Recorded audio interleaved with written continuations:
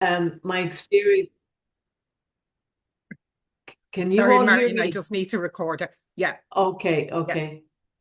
So, in relation to the terminology around alcohol, just can I share with you, when I first started in this work, I won't say what, what year, but it was, let's say, in the 70s. And I was faced with, there were two categories that people sort of were described as. One was a social drinker, and the other is an alcoholic. And near the two, you're either one or the other. And the other myth that was promoted massively was the fact that the alcoholic, you're born an alcoholic, or you develop the genes for to become an alcoholic. Now, the Irish National Council on Alcoholism was the NGO on alcohol that actually disbanded in 1988. I worked with them for a number of years. But I never believed in that theory of the social drinker and the alcoholic because I knew it was a progressive thing. There were no two people the same in relation to it. Definitely, there were certain characteristics of addiction that were very, very clear, and I would recognize those. But as to how a person developed a drink problem, I had my own theory, and I had it in a simple terms. I used to say, if you drink too much, too often, for too long, you're likely to develop a problem. Too much, too often, for too long. So we live in a country that has a huge reputation worldwide for drinking. And we certainly have suppliers of alcohol with pubs, with shopping centers, with off license and so on. That, I mean, the sale of alcohol is incredibly wide in our community, and uh, we can certainly, the Public Health Alcohol Act has been trying to impact the price and the availability of alcohol, but progress is desperately slow. Um, in terms of the terminology, yes, what is the terminology today? The terminology is thankfully exactly fitting what I believed all those years ago, which was drinking too much, too often, for too long. So if you don't want to develop a problem, the ideal thing is simply reduce your drinking or don't drink at all. Uh, don't drink frequently. Don't drink every day, or you know, really try and cut back to certain occasions. Um, Drink too much too often for too long. Too long meaning, what age were you when you first started drinking? The younger you are when you first start drinking, let's say 15 or 16, the more likely you are to develop a problem, the earlier you start. So that's why it's so important for young people not to consume alcohol until their brain is formed. Their brain is only completely formed by the mid-20s. So it's a real risk to children and adolescents' health if they start drinking at a young age. And we do know that a lot of children drink even younger or start using drugs even younger. So that's a whole issue that I suppose everybody is concerned about. I was very involved. One of my last projects in the HSE was the developing of a resource for fifth and sixth year called Know the Score. And you can download it, you can get a copy of it, I'm sure, somewhere. But it has something like 15, 16 lessons for teachers guided in how to talk to children about alcohol and drugs. So Know the Score is a really important resource. And unfortunately, as far as I know, the take up on it is not that high compared with the junior cycle SPHE program. The reason being it's mandatory in the junior cycle, but it's not mandatory in senior cycle because they see that there's too many other subjects, it's cramming things for the leaving cert if they're expected to do that. But it's so important that young people have that information. Um, so that's why I'm quite excited in terms of the opportunities that you have.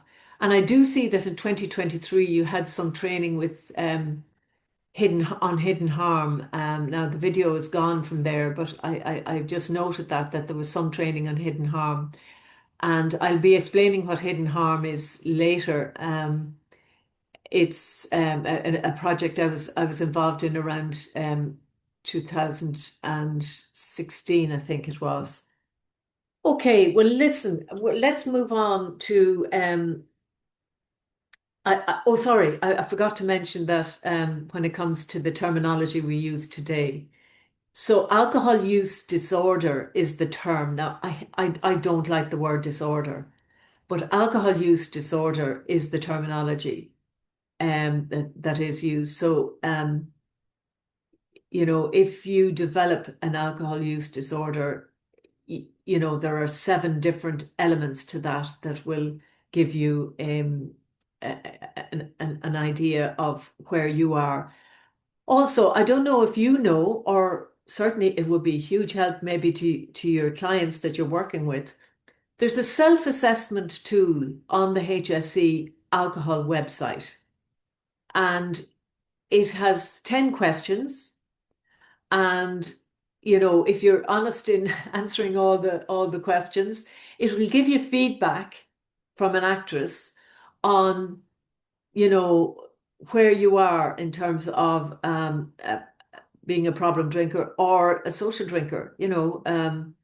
So the self-assessment tool is called the Alcohol Use Disorders Identification Test, AUDIT, AUDIT, and it gives you a score.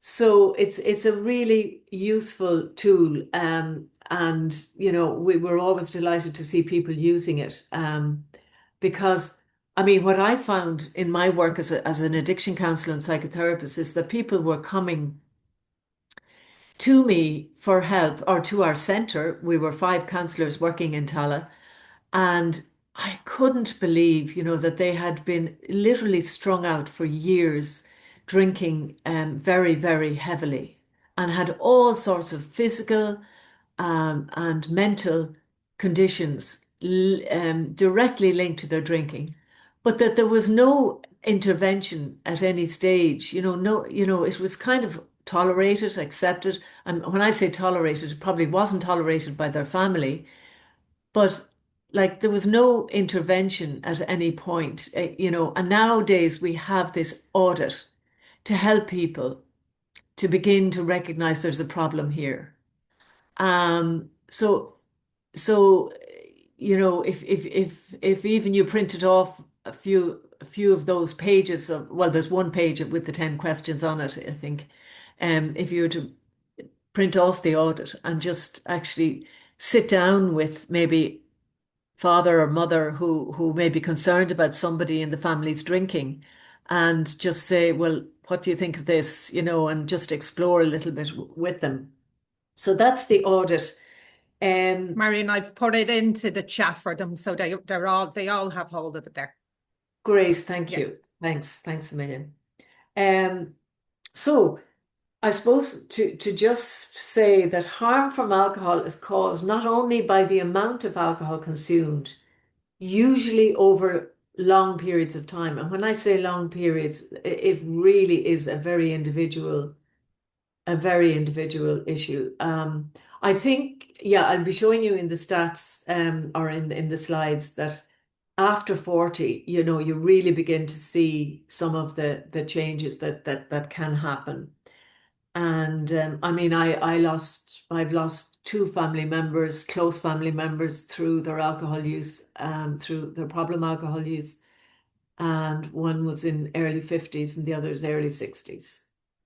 And they were very close and very dear family members. And I am sure, as well, that in the room, in your homes, as you're listening, you're reminded as well of your family members or extended family members who have passed away due to their alcohol use.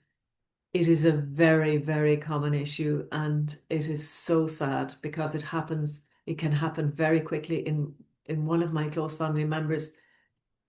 I mean, totally out of the blue, and very serious harm and liver damage, and it just creeps up. So hazardous drinking can increase the risk of alcohol related harms for the drinkers. So in other words, we're going to be looking now in a moment at the standard weekly drinks, and I wonder, is everyone familiar with what the standard drinks are? But just to say to you, the Health Research Board states that 1 in every 5 drinkers was classified as having an alcohol use disorder. This equates to nearly 600,000 people. Again, this was more common among male drinkers, 25%, than female drinkers, 15%, and was highest among those aged 15 to 24, 37% of the age group 15 to 24 with an alcohol use disorder. So the issue of binge drinking, I think binge drinking is quite a risk factor for heavy drinking and for problem drinking. The binge drinking has increased from 36% in 2023 to 45% in 2024. So nearly just under half of all drinkers are binge drinkers. A binge is 6 drinks or more on a social occasion. 6 drinks or more. And I have a little thing that we developed years ago for GPs to remind them to ask patients about their alcohol use. And I have it outside, but it's 10 grams. So 10 grams is about that. It's a very small amount. If you pour a spirit and then let's say a tonic or something on top of that, you're diluting it all right. But the 10 grams of alcohol is the standard drink.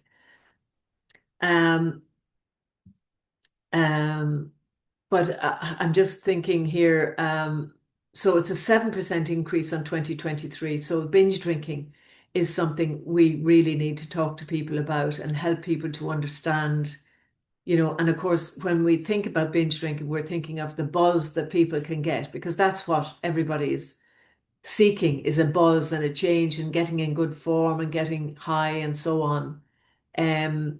But in Ireland, we accept and tolerate that as the norm. And, there's all sorts of cultural connotations to that. Oh, you're great crack. Oh, you're mighty. Oh, so especially when you think about Christmas and the drinking that takes place. So like on the website, askaboutalcohol.ie, my sorry, I just distracted there with somebody's notice. But anyway, just, on the askaboutalcohol.ie, there's every bit of information. And that was my last project, which I was thrilled to be involved in, because it gave me an opportunity to, input all of the things I had believed and felt and thought with my colleagues. We were able to input all of the information. But for example, tips for drinking less. As a practical thing, cutting down your drinking can make a big difference to your health. It can boost your energy, help you have a healthy weight, and save you money. Clever ways to reduce your drinking. There are things you can do to change how you drink and help you to drink less. How to drink less on a night out. Now, I'll just cover how to drink less on a night out and how to drink less when staying in. Now, these are very simple ideas, but sometimes we don't actually think of it when we're in the moment with perhaps a person. These ideas don't necessarily come. We have to feed ourselves with them first, and then it goes the opportunity. So to drink less on a night out, go out later, bring less money, or put a limit on the amount you will spend. Order small drinks, a glass rather than a bottle or a pint. A single measure rather than a double. Pick lower strength drinks. Alternate alcoholic drinks with non-alcoholic, soft drinks or water. Drink slowly. Sip your drinks and wait until you've finished one before you order another. Avoid buying rounds or buy yourself a non-alcoholic drink when it's your round. Leave your drink unfinished if you are leaving a venue. Pay attention to the drinks labels so you can keep count of standard drinks. And then just how to drink less when you're staying in. Buy low alcohol or alcohol-free drinks. Use a standard measure for spirits rather than pouring freehand. And wine as well, obviously. Have your first drink in the evening. Go for a walk, have a shower, or do another activity first. Change your routine to find new things to do at your usual drinking times. Do not, well, this might be hard. Do not include alcohol in your weekly shopping, but it actually is a deterrent in a way, because if you don't have it there, you won't drink it. Do not keep alcohol in the fridge. Store it in a room other than the kitchen or the sitting room. And I suppose if we're talking about how to avoid developing a problem, the main one is to avoid alcohol tolerance. And alcohol tolerance means that your body becomes used to the effects of alcohol.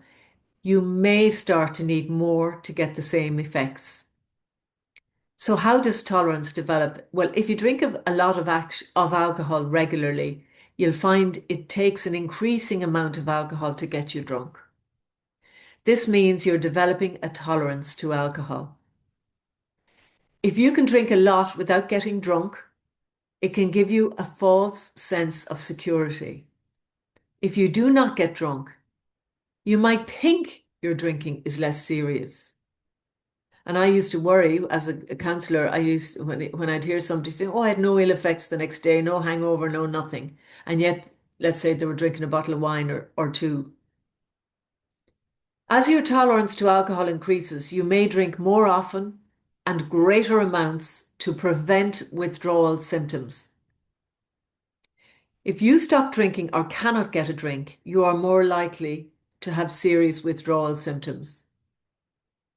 So just check Michelle, if you want to move on to a slide there, because I think I have the standard drinks there. Are you there, Michelle? Oh, thanks. Yeah, sorry. I just wanted to say they're the programs in the HSE that you can access if, alcohol being one of them. But look at all the other programs that are there that would be of great use and great. I'm sure you know about them already anyway, but they're available there.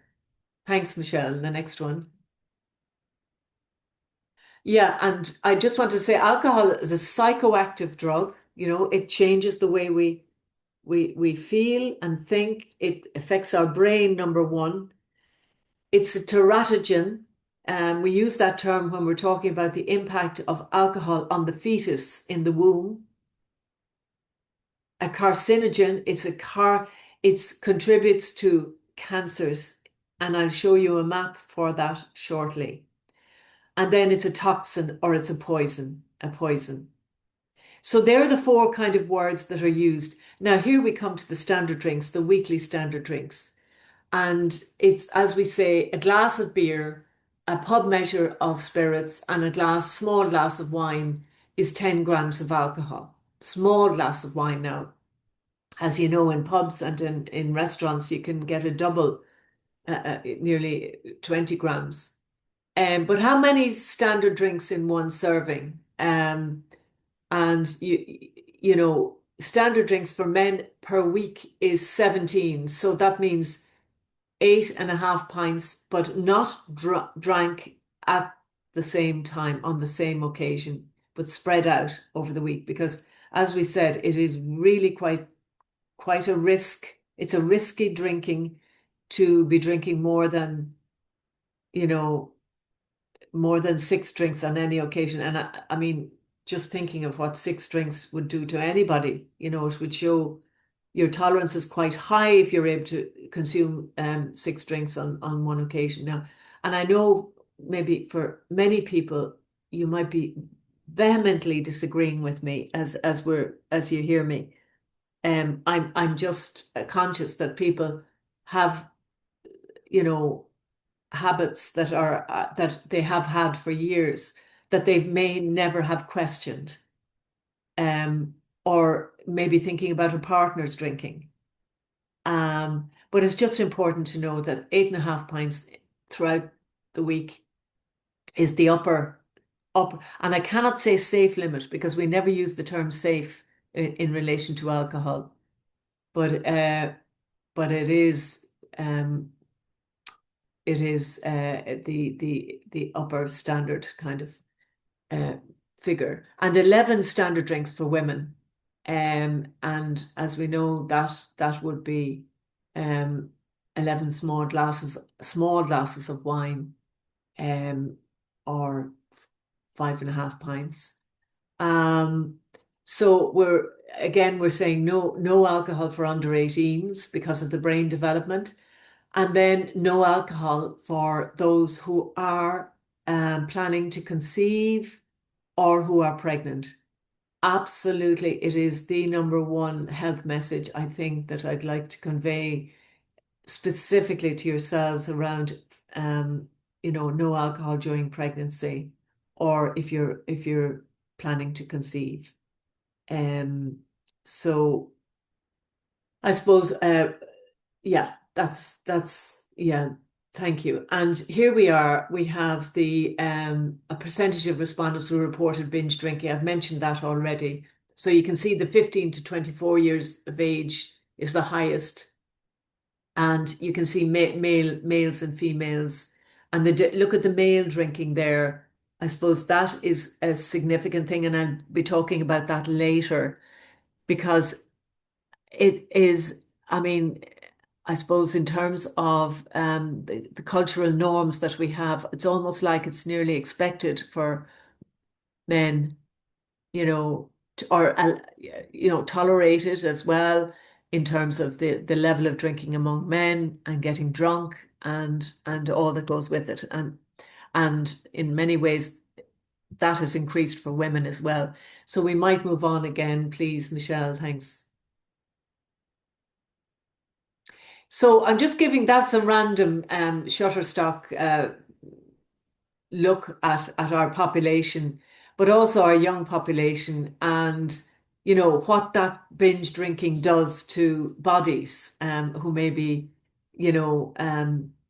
over consuming.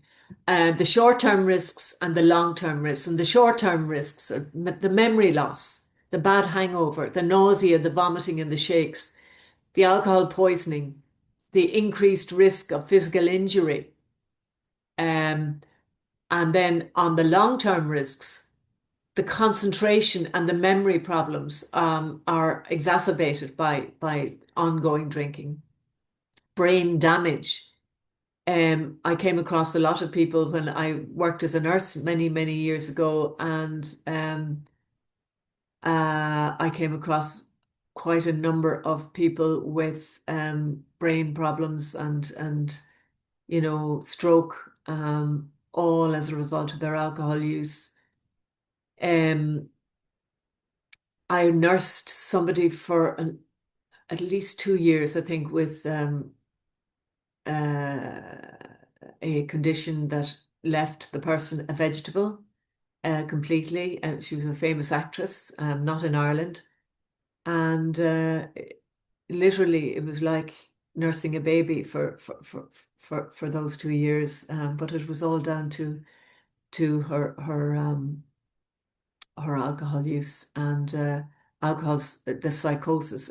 She was just completely gone.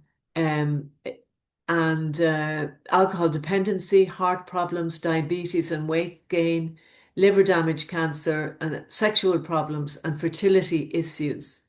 So that's the binge drinking. That's just the effect of binge drinking itself, which I'm sure everybody knows already. But maybe we'll move down then and look at the patterns of drinking and the average volume of drinking, you know, leading to chronic disease, accidents and injuries, acute issues and chronic issues from the dependence.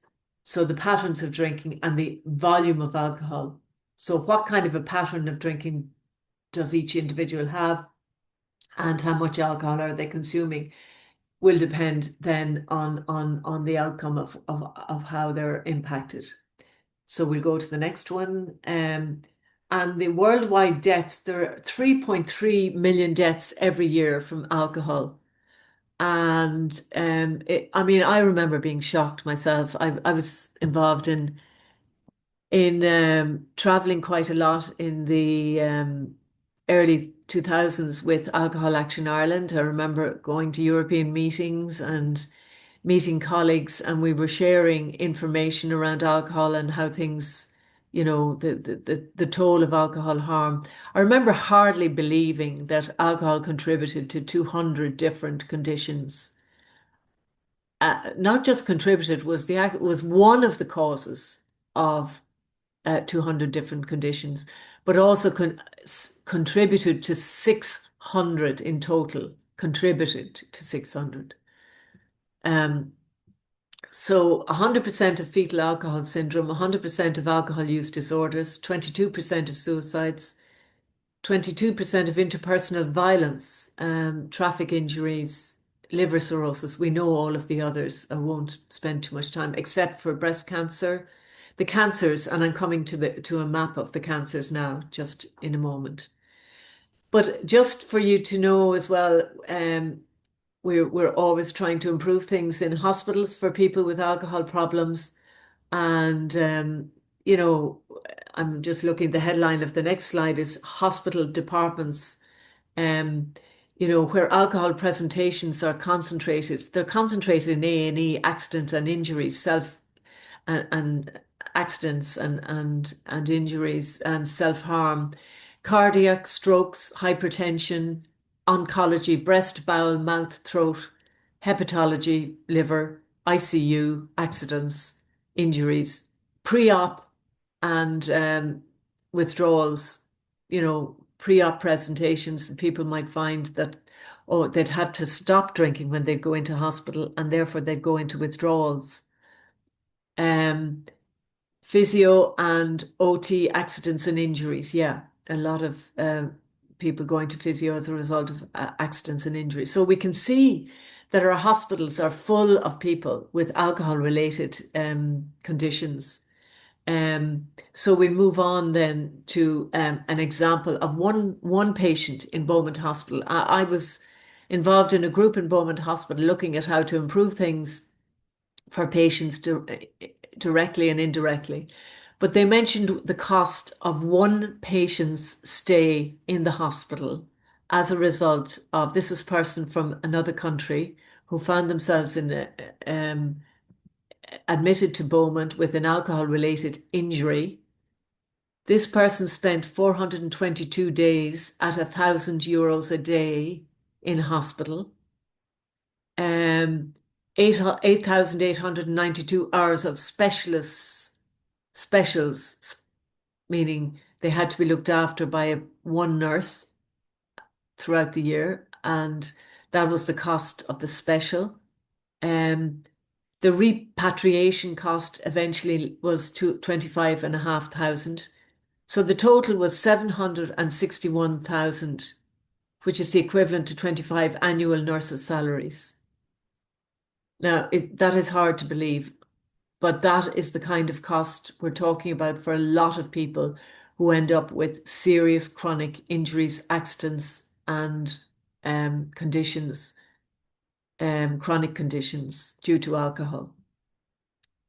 It is hard to believe, but there are 4 deaths. That says 3. I think it says 3 deaths, an average of 3. No, it's now 4 deaths a day caused by alcohol in Ireland. And this corresponds to 4% of all deaths.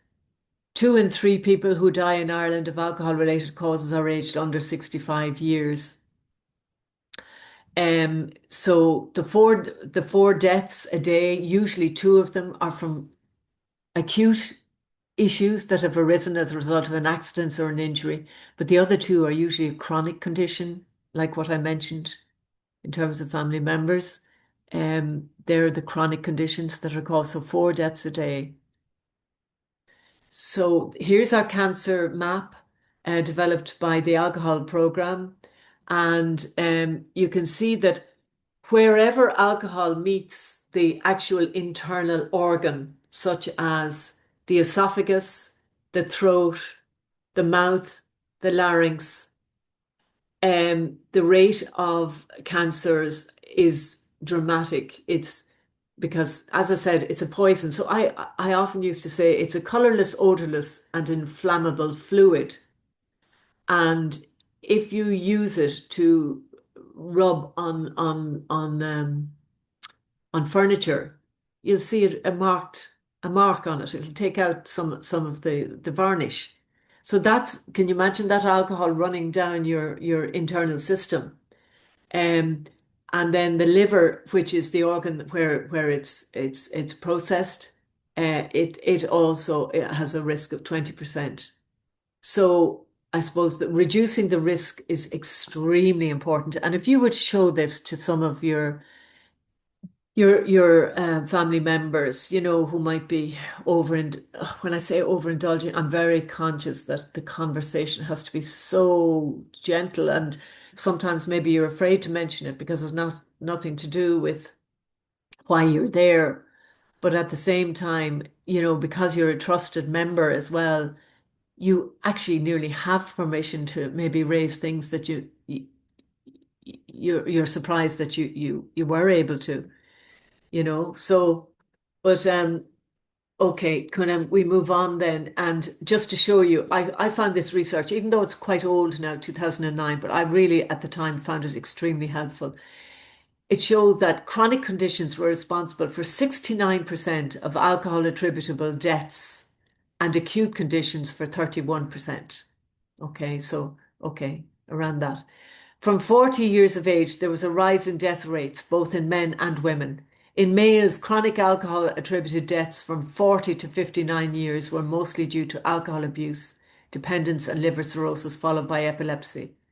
From 60 years onwards, strokes followed by cancer and cardiovascular disease caused more deaths.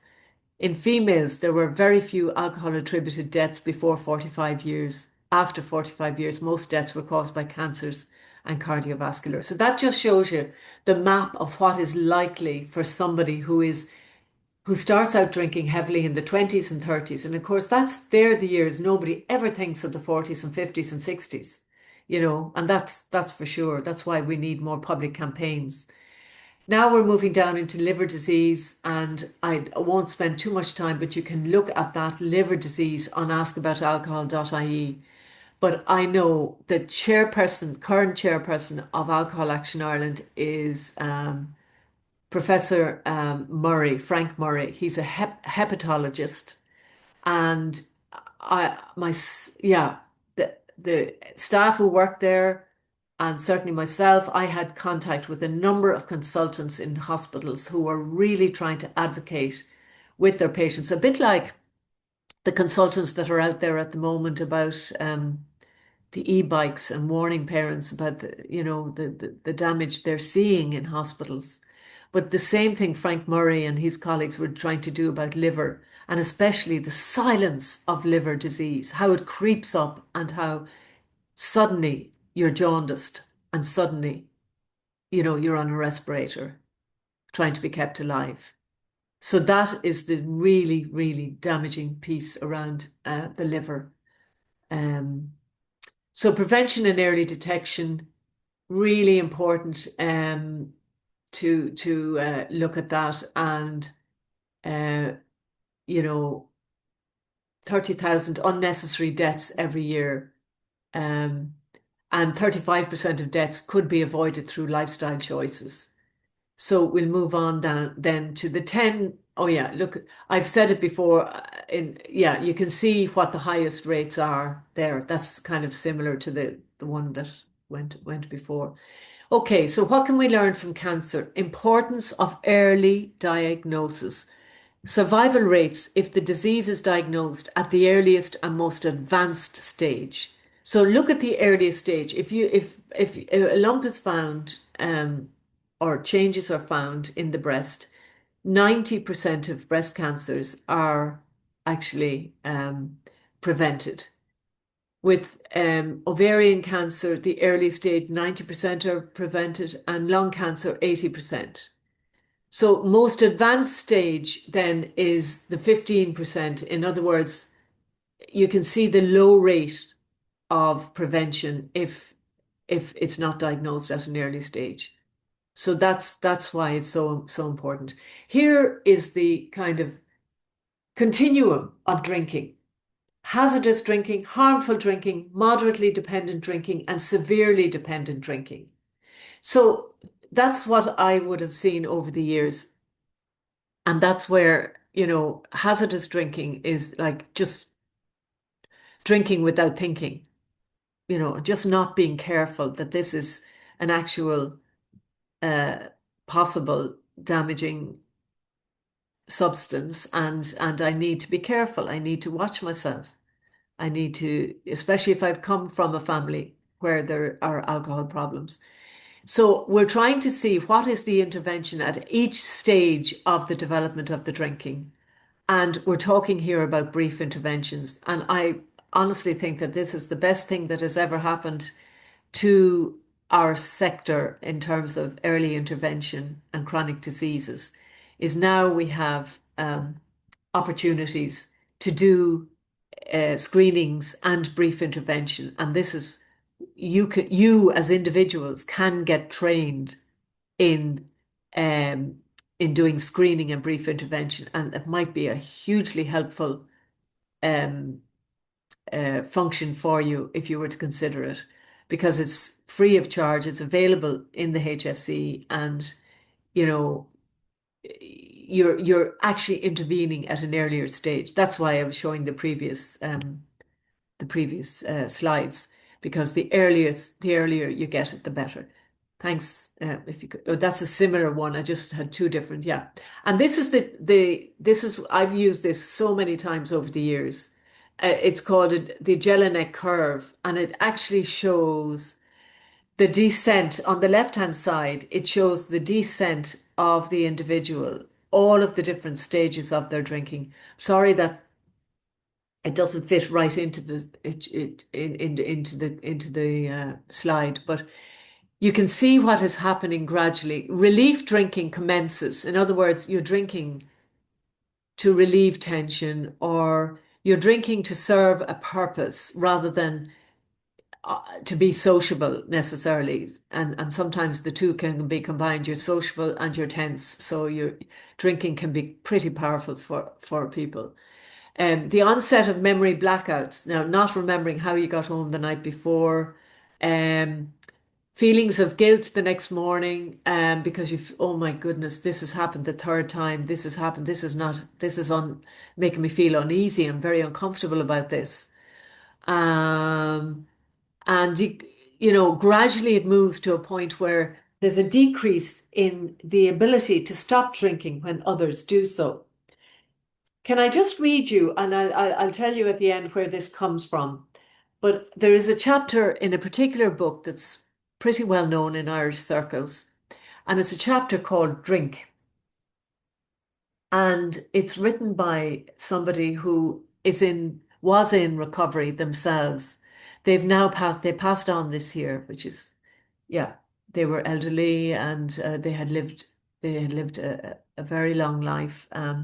And despite their drinking, they did, some people do live long lives. And in this case, he says in the chapter, it's always difficult to judge the crossover point between heavy drinking and the realization that you can't survive without it. I think that happened when we moved to a certain town. Yeah, and then, so that was just one example. I'm just saying, Yeah. At this stage as well, somebody might be drinking quite a lot in a work situation or just socially. And if that is the case, there's a good sentence here that he says, I was living in a bizarre alcohol-fueled world of my own and really had no idea who I was. And people said, you'd want to watch the drink. Um, and yeah.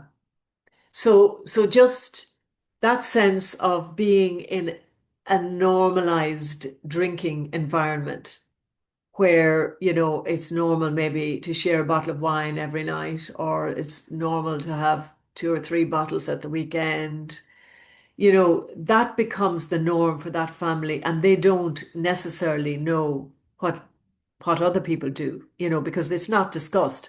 It's always just about, oh, another drink. Let me get you a drink. Let me get you a drink. There's kind of no brakes put on sometimes.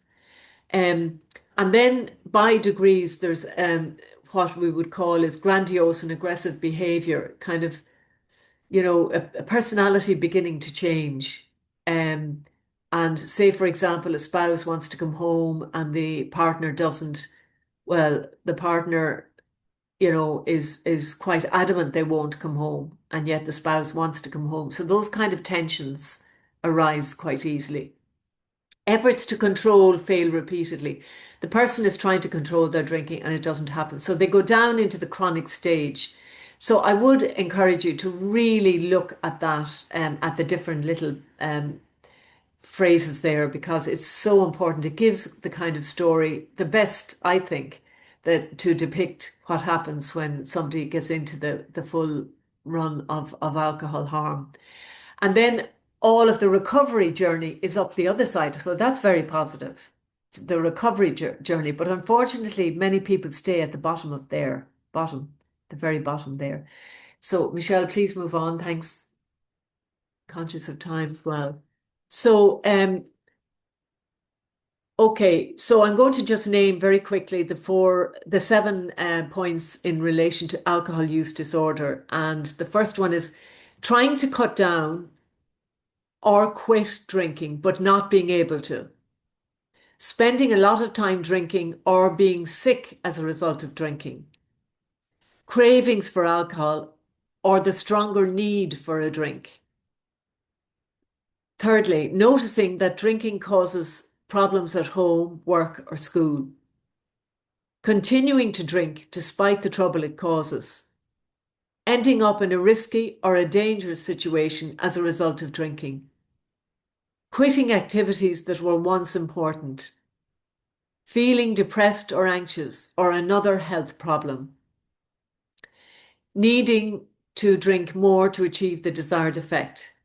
And noticing the presence of withdrawal symptoms, categories of alcohol use disorder. So you can see there are three different categories, green light, amber light, and red light. So so that's the alcohol use disorder. So maybe we'll move on. This is something that I came across only in the last week or two, and I just, it's really powerful. It shows we talk about domestic violence an awful lot but we don't ever talk about the link between alcohol and domestic violence. And here, I just want you to have a look at the understanding the violence, the cycle of violence, getting drunk, starting drinking, sociable, fun, high, life of the party, the next, and that is remaining oh yeah, anticipate. Oh yeah, okay. Starting drinking, sociable, fun, high, then getting drunk, baiting, blaming, looking for a fight, verbal abuse. So, for the spouse or the partner, it feels unsafe because the person is responding, fighting back, reaching, defending the self, tactical compliance, avoiding arguments, being compliant, disengaging. So there is that the spouse being very afraid and feeling unsafe at this moment. and then becoming intoxicated, flips, switches, becomes crazy aggressive, in your face, physical abuse, threats. And the worst is, this is the worst period because the protecting feeling, the de escalating, avoiding, removing, locking down, seeking help. So it's really a terrifying experience at that point. And then they're so drunk, they're incapacitated, and they pass out. And returning home, checking on his welfare, being the carer, becoming the carer for the drunken partner, could be wife or husband.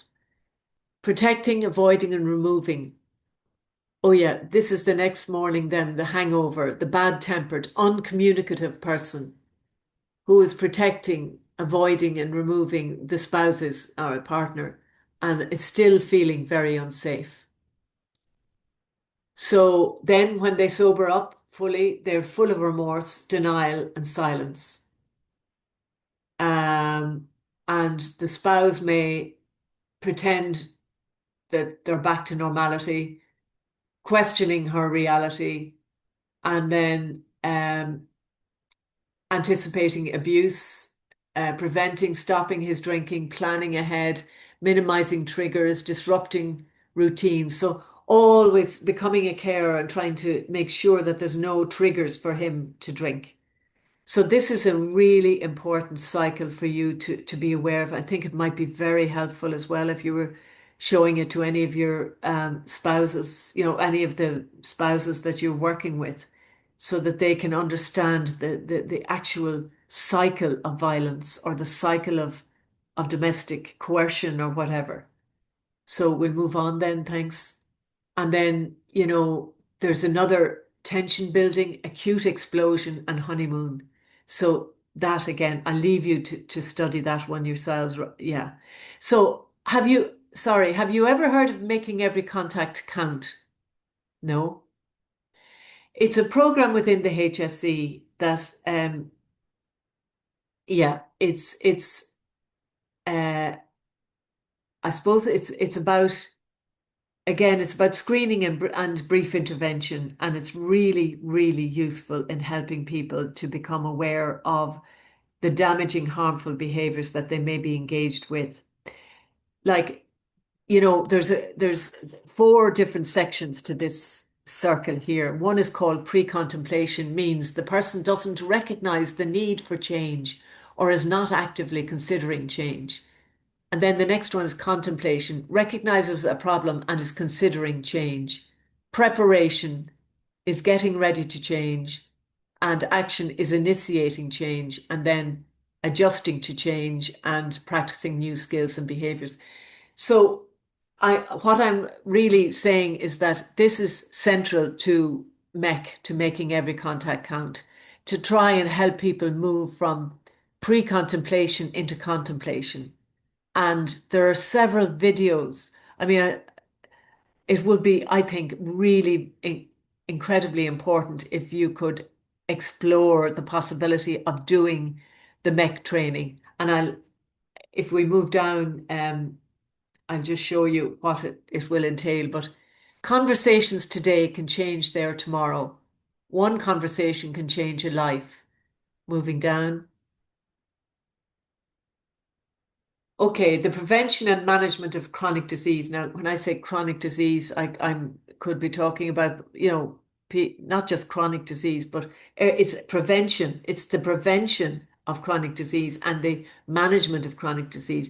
But I'm sure those who are not maybe qualified medical professionals might say, well, I have nothing to do with chronic disease and management, etc. But you have a golden opportunity in terms of prevention to be able to offer um, some interventions that might be of help. Um, Lifestyle behavior change. So you can move along. We'll move down through those. You can look at those. Now, that's, for example, the leaflet that I would use if I was talking to a client or a patient or a person about their drinking. I'd be using that to help me to guide the conversation. So you will find those leaflets on healthpromotion.ie/alcohol.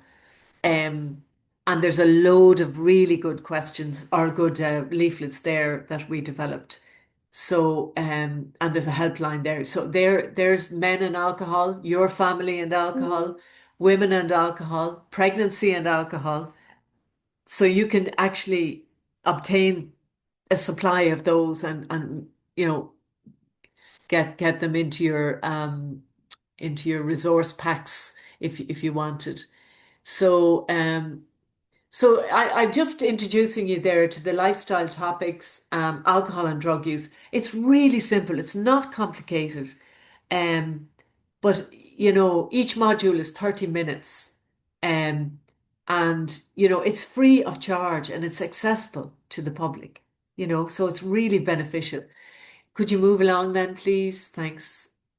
And ask about alcohol.ie. Now, yeah, that's fine. That's the website I was involved in, and this is a Kerry Cork report on alcohol. I just put it in there in case anyone was interested. Now we'll just move down because I'm anxious to move to the other. Yeah, I think we'll move on to the other. Oh, sorry, maybe this one with the photos there. We were trying to, design a campaign that would speak to all the different stratas in society, the 45-year-old, the 25-year-old, the kind of young man and so on. So a regular drinker typically drinking over 6 drinks in one session, the messages he needs to hear are about his heart health, his liver, and the possibility of a stroke. Like that's the opportunity to talk to Seamus if you ever meet a Seamus that, have you thought about, the link between your drinking and your heart health or your liver? Then similarly for Susan, family impact, breast cancer, her weight, pregnancy, these are the issues, yeah. um, Conscious coupling, Charlotte, and untouchable Ted. So you can see that there are certain messages geared to certain age groups, but but like people haven't been getting those messages. So we have opportunities as people out in the community to be able to deliver those messages in a very useful way. And I I really think that, gosh, you know, the opportunities that are there are many, many if we can use them. Thanks, Michelle. Next one. They're all gone then, I think. Yeah. Um, Do you want me to bring up the overarching. second slide deck? Yes, thank you. Yeah. Just a moment to take a breather.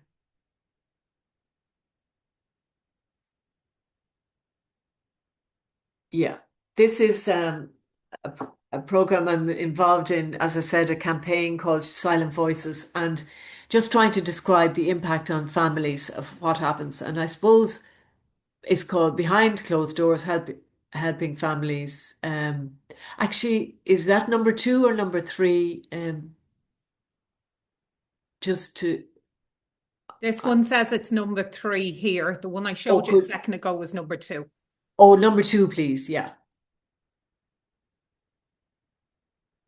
Okay, so number 2, yeah, we can move down, and this is what I sometimes, what role can you play in bringing attention to silent voices, meaning the voices of children, be it adult children, adolescents, or smaller, younger children?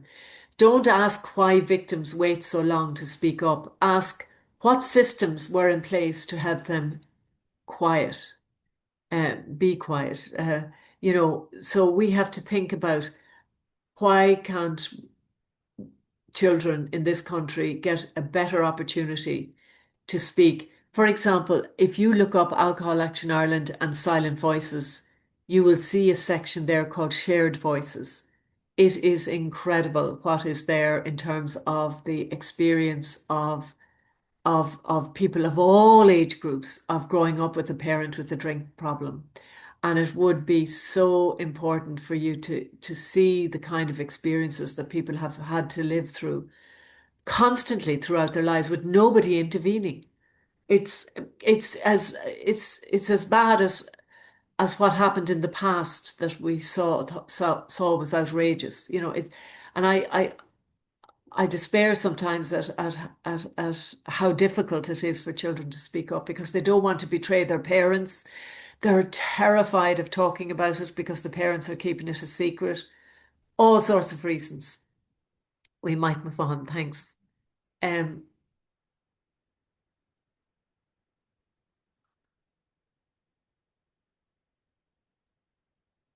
oh yeah, okay. Yeah, on uh yeah, we might a hidden harm. Oh yeah.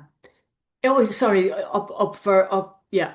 Just I'm very conscious that you deal a lot with the very young children. And just thinking about them and infant and toddlers depend heavily on adults to help them experience, regulate, and express emotions. And children's daily experiences contribute significantly to their feelings about themselves and others. So, children's daily experiences contribute significantly to their feelings about themselves and others. For as long as this is a quote from somebody. For as long as I can remember, I've been fascinated by what happens when two or more worlds collide. So, noticing how children are behaving in the presence of perhaps a male spouse who's stressed, whose wife may be drinking quite a lot, and who may be just lying on the couch, not having any energy whatsoever to respond to a 3-year-old or a 2-year-old. Um, the quote then says, I was intrigued from an early age by the way my parents responded to each other, to others, including myself and their environment. Um, and what keeps me interested is discovering that in the long run, awareness transforms me. So, awareness, there's no awareness when you have people who are literally unable to engage, unable to communicate, where there's a silence and a heaviness in the family home or room. And then this is where hidden harm comes in. And I just want to show you, there are two guides here that I have, the hidden harm guides. One is a practice guide. That's the hidden harm is the next slide. Yeah. Hidden harm is a term used to encapsulate the experience of children living with and affected by problem parental alcohol and other drug use. Two key features of this experience that make these children special. Children are often not known to services. They suffer in a number of ways and are exposed to harm, poor parenting, physical and emotional neglect. So TUSLA and the HSE came together some years ago, and we were working for quite a long time on trying to build bridges between the HSE Addiction Services, Social Inclusion, and TUSLA. And I suppose two documents were produced: Hidden Harm Practice Guide and a Hidden Harm Strategic Statement. So those two documents are available on the HSE Social Inclusion and also on TUSLA. And there is a 40-minute training module available on the TUSLA website as well, that you can access. You can access that as well. It would be of great interest and value to you, I think, in your work if you were able to access that. Again, no charge. You may have just a little bit of, I don't know, I haven't accessed it myself for quite a while. But anyway, just keep trying and maybe contact people if you can't get through. Um, but the hidden harm anyway, I suppose the main aim of it is what to identify what works. And I came across that this morning saying what works is intensive home visiting program, high quality child welfare and protection, and evidence-based parenting programs. Adoption of a strengths-based approach focusing on reducing risks and increasing protective factors and resilience, placing a greater emphasis on working with fathers and male partners.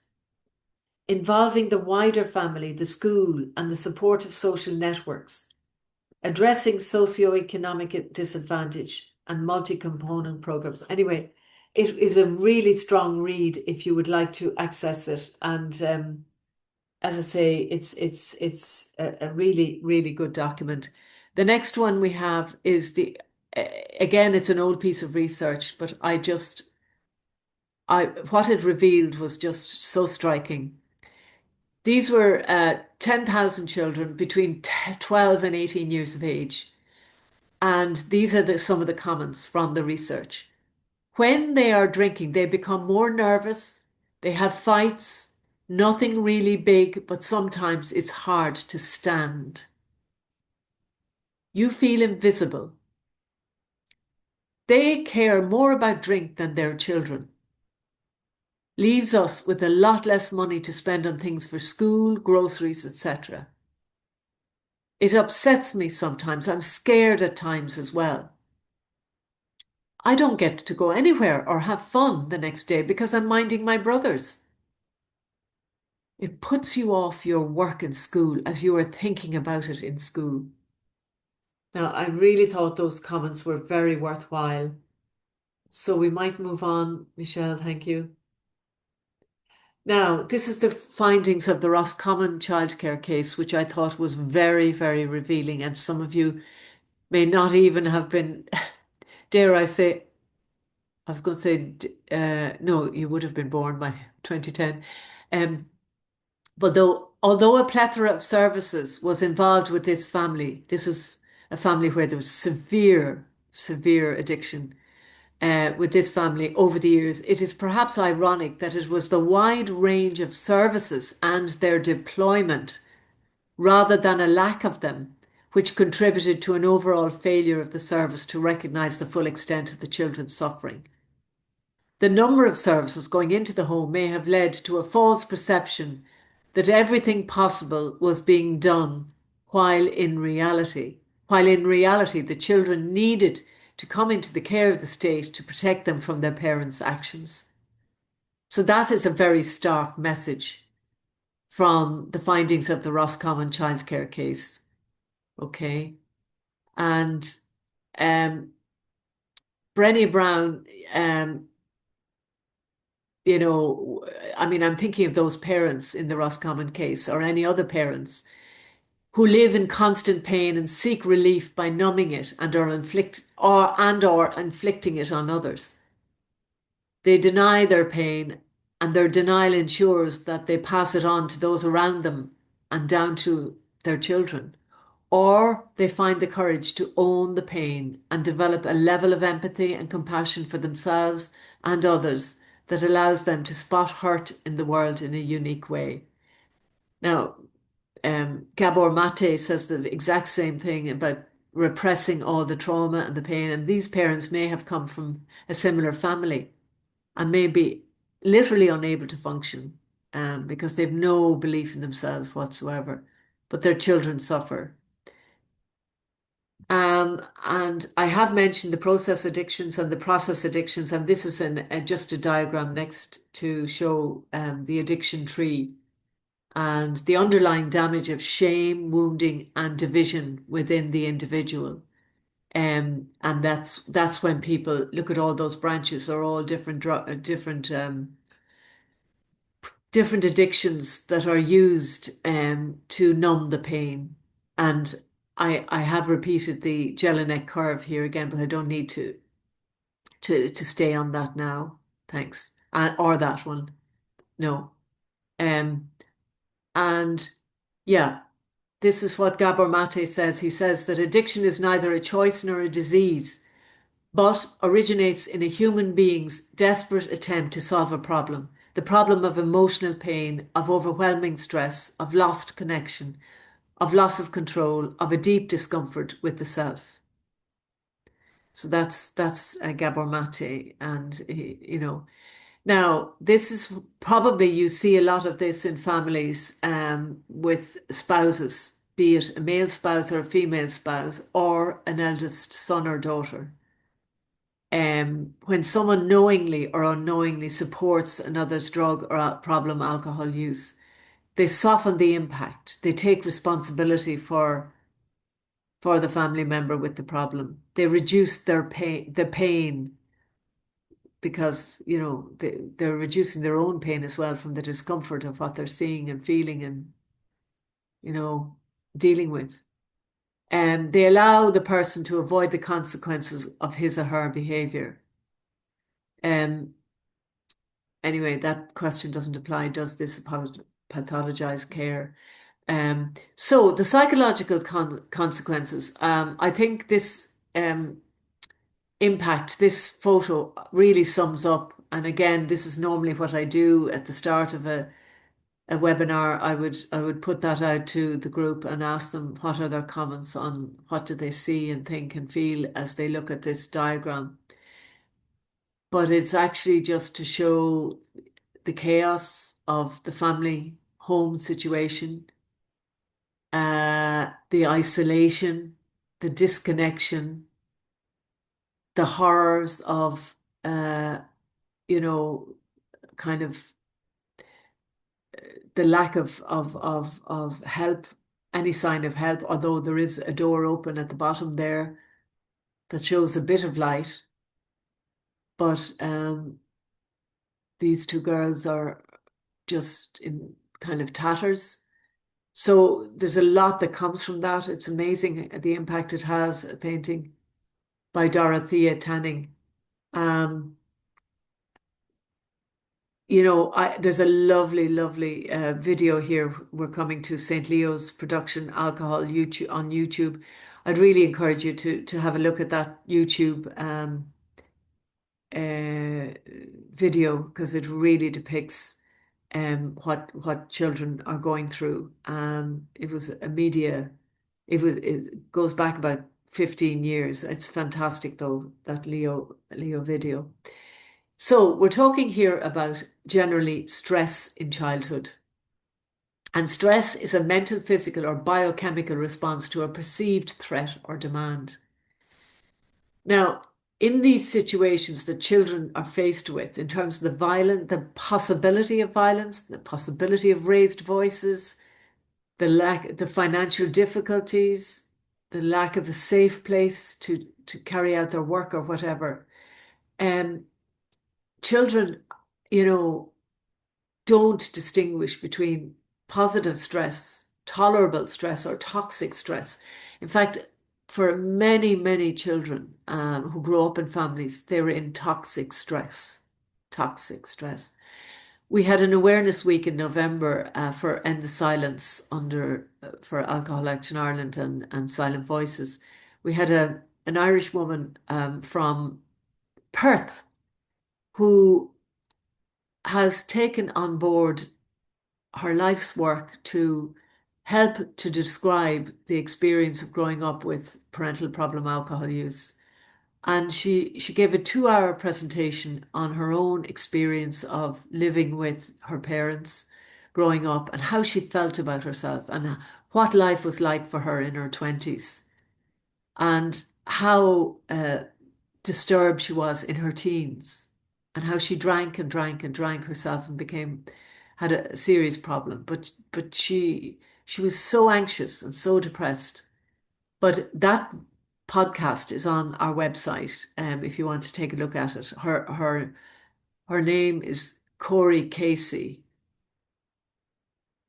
and she's just very articulate. She's almost like an influencer. She has experience of doing bodily somatic work. She's not a therapist, but she's very insightful, and she describes living in that toxic stress. And she calls it the survival. She was surviving. She wasn't living. And it's really, I suppose for anybody going through major illness or major whatever, it speaks to that. But in a family where there's, children, especially young children, even babies will pick up on this. Babies pick up on it. So our next slide is my world triangle, I don't know, sometimes people say, well, what do children need? Well, the whole health and development of the child or the young person are contained in this triangle. Um, you know, I suppose I grow and develop my wider world and community and what I need from people who look after me. They're the three sides of the triangle. But look at all the lovely bubbles around saying, I enjoying friends and family, learning to be responsible, confidence in who I am, learning and achieving, all the things that children should be able to do. But this is very impeded when they live in an environment like the next slide.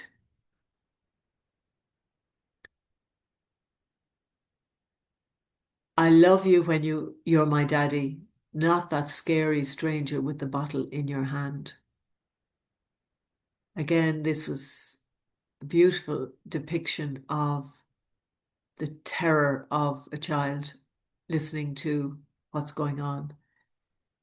Next slide, please, Michelle. So the core experience, everything comes to be dominated by the problem and the person with the problem. Life revolves around the drinker.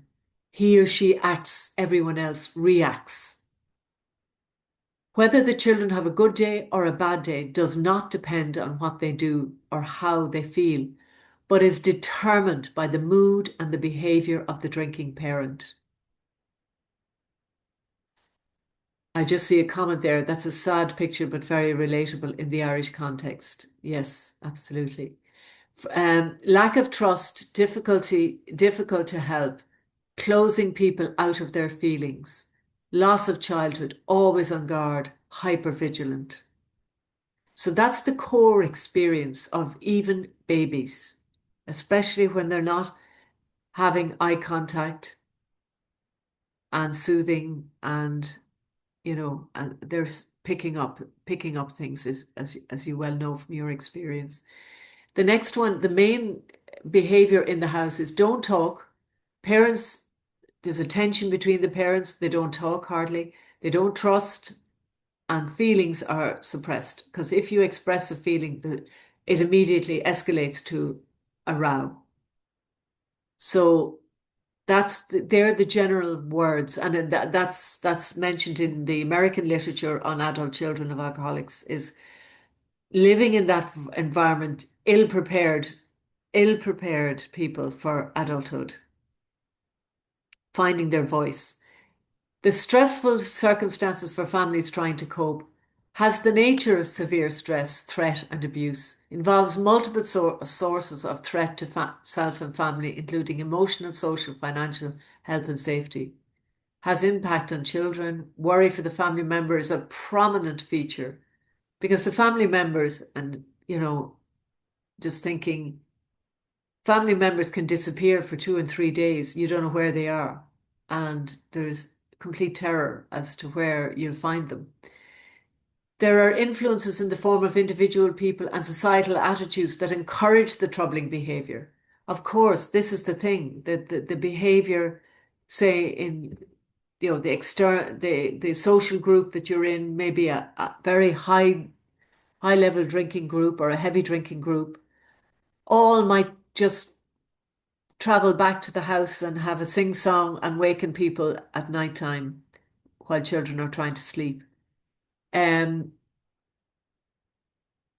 People are always trying to cope, but it creates difficult dilemmas, and there is no guidance on the subject. And that's where I think you are absolutely prime people to be able to help families in these situations. The social support for the family is needed, but tends to fail mainly because it's maybe inconsistent. Professionals who might help are often at best badly informed and at worst critical or judgmental. We cannot afford to judge the addicted person or the dependent person.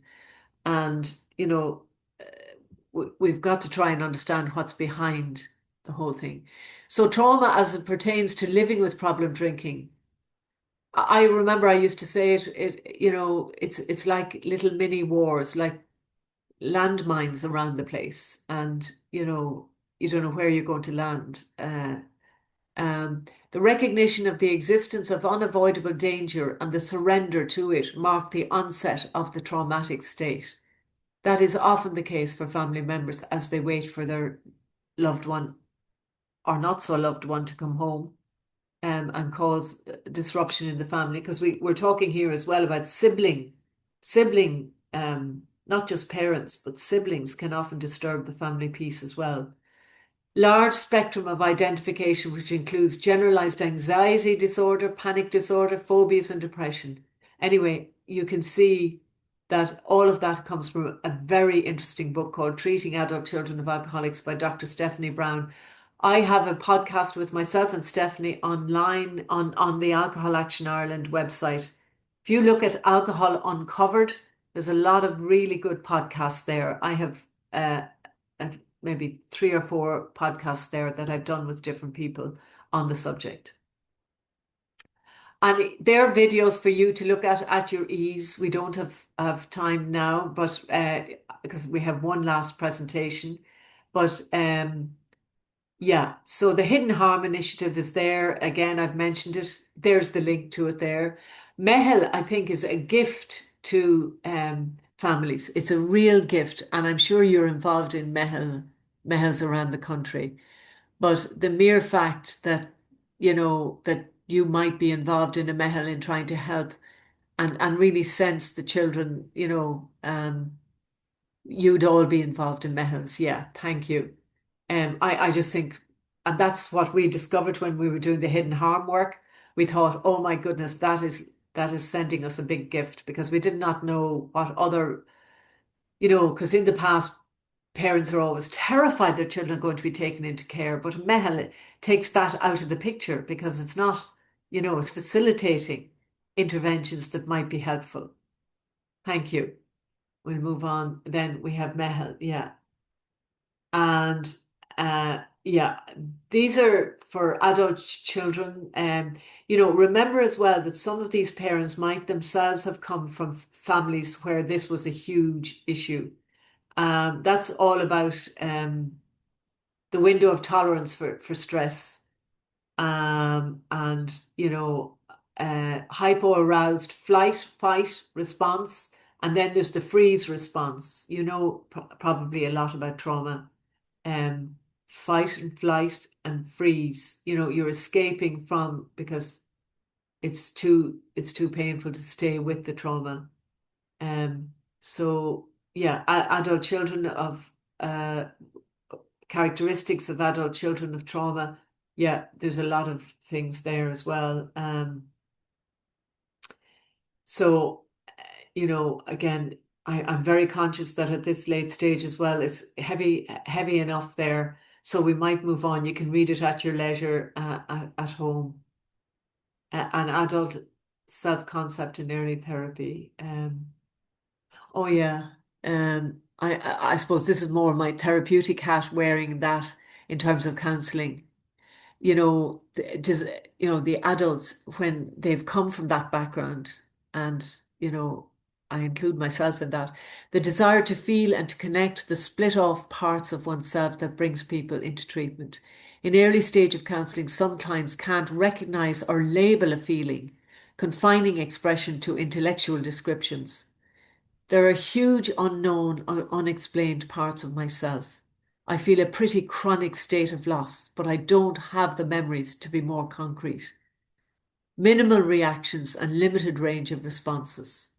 Yeah, that's the kind of early stage person in therapy. But in time, the world opens up a lot differently, with an unconditional positive regard experience with your counsellor or therapist. Yeah. So those defense mechanisms, process of treatment, again, yeah, it's just describing what can happen internally for the adult. But a lot of the clients maybe you're dealing with, maybe, this is their lived experience internally in their bodies. They can't even describe feelings, they can't name feelings, and can't tell you how So that's where your help comes in hugely. Thanks. We might, yeah, so that's the themes that arise. We can move on down, and we've done the hidden harm here as well. Oh yeah, I think the most important thing for children is someone to check they're okay, somewhere that they can relax, a quiet place for homework, extra support for schoolwork, an identified adult to talk to, access to support, know that other children are affected by their parents drinking, drug taking, the opportunity to play, have fun, to be a child, access to programs and activities. That is so important. If that space can be protected for those children, it is just a gift, you know, and telling their story somehow, and there are lovely little booklets, that are available. There's one called The Rory Story for Children. Um, and it's been evaluated and everything, and it really helps children to put words on what's happening at home. Thanks. Shame. Oh, shame is the huge, huge part. Um, you know, that where children are affected, like they literally are like a ball of shame that is carried around. So the way to get rid of shame is to facilitate talking, in whatever way, and really understand them and let them feel that you really do get them. And then the 7 C's is the next one. You're not alone. Messages for children, young people to hear. You're not alone. You do not cause your parents drinking. You are not to blame. You are not betraying anyone by talking about it. You can still have a good life regardless of your parents' continued drinking or drug taking. There are people who can help you. Your opinion matters. So now we can pass that one there. So what role can you play in helping towards healing the silent voices? So maybe we'll have one last throw of the final deck. And I'm sorry to be having to skip through these. Oh, sorry, not that one. It's just the other one that you had up earlier. Yeah, thank you. Yeah. Look, this is what we really are talking about. Men, well, we're talking about women as well, but it's just this diagram I thought was very helpful because women also, I mean, as we know, the level of alcohol harm in women and the level of dependency is very high. Um, but alcohol policies and gender information, aggression and violence, disrupting family life, conflict, control and sexual coercion, absence, not prioritizing women's and our child's needs, spending on alcohol, unemployment. I mean, look what women and children have to deal with: abuse, maltreatment, and neglect, relationship and family effects, reproductive harm, health, psychological, and well-being impacts, social and educational impacts. So just a little look at that as a way of understanding how maybe these effects can be moderated at a societal level, at a household level, and at a community level. Again, I feel we have to exploit this diagram in much greater detail to put further words on what's needed.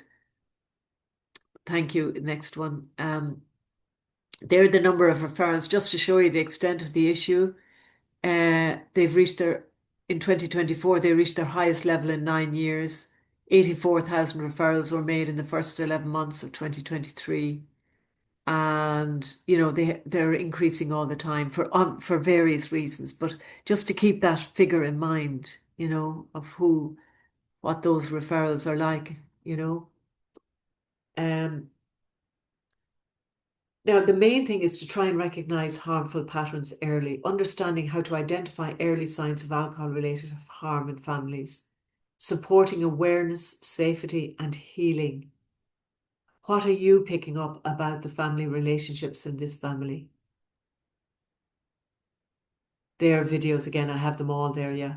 And we can move on. That one is similar, yeah. Why early recognition matters. Harmful patterns develop gradually. Families often normalize or minimize them. Early awareness prevents long-term damage. So that's a really good video showing the long-term damage. But harmful patterns develop, and again, by trying to access SARE training, SARE, just if anyone could note that as well, SARE training is so helpful. SAOR, SARE training.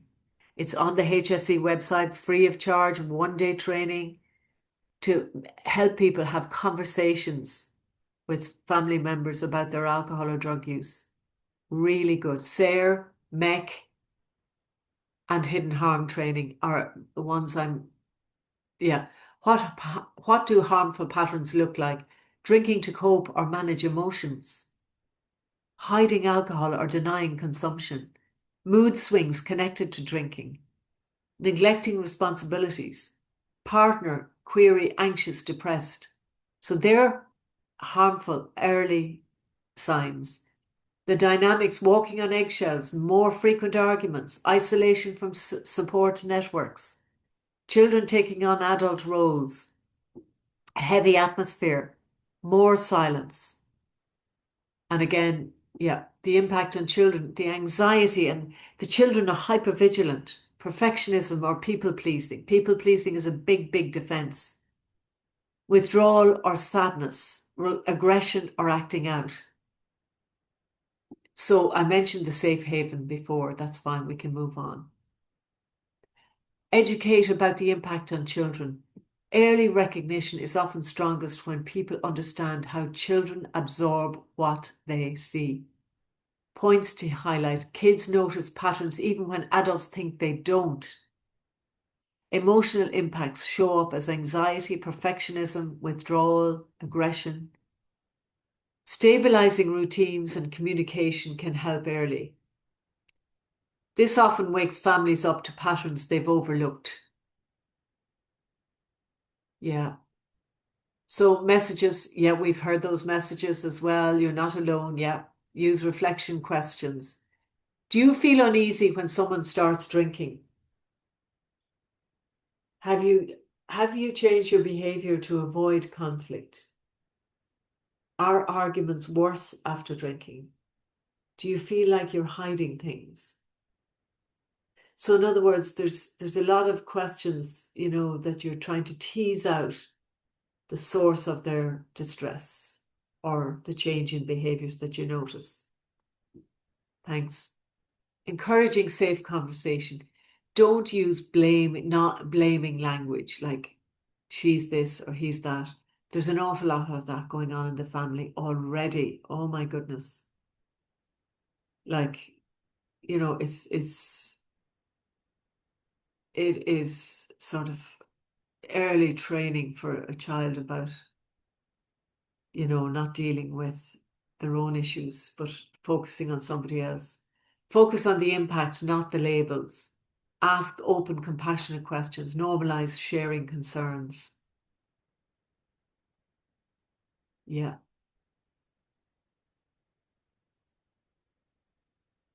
What to do when you recognize a pattern? And this is where, when I heard you mentioning supervision, peer supervision and supervision, please think that is a wonderful way